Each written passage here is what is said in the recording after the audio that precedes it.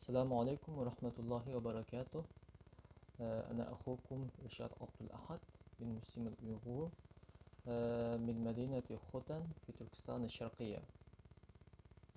أنا في عام 2015 ذهبت إلى مصر بهدف الدراسة في الأزهر الشريف، وتعلمت اللغة العربية هناك، ودرست في الأزهر سنة ونصف.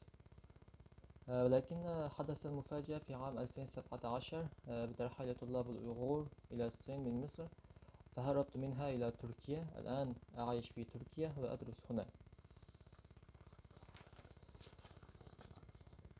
هذا أبي عبد الأحد جمعة.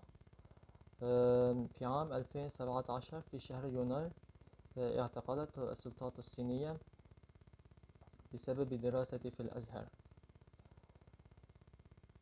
وكان آخر خبر الذي سمعته عنه أنه قد حكم عليه 18 سنة بالسجن.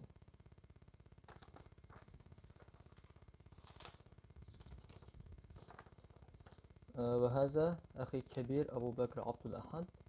وكان أخي جاء إلى مصر لزيارتي أنا، وبقي في مصر 15 أيام فقط، ورجع إلى تركستان الشرقية.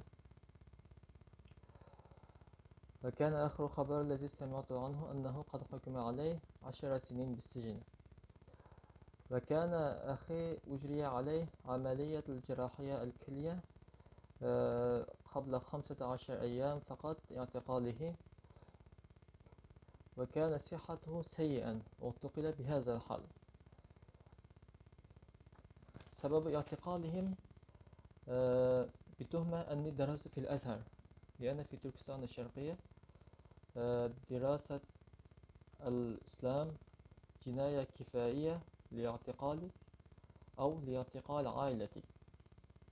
منذ 3 سنوات لا أعرف حتى الآن كيف حالهم، هل هم على قيد الحياة أم لا، وذلك بسبب قطع السلطات الصينية التواصل هناك.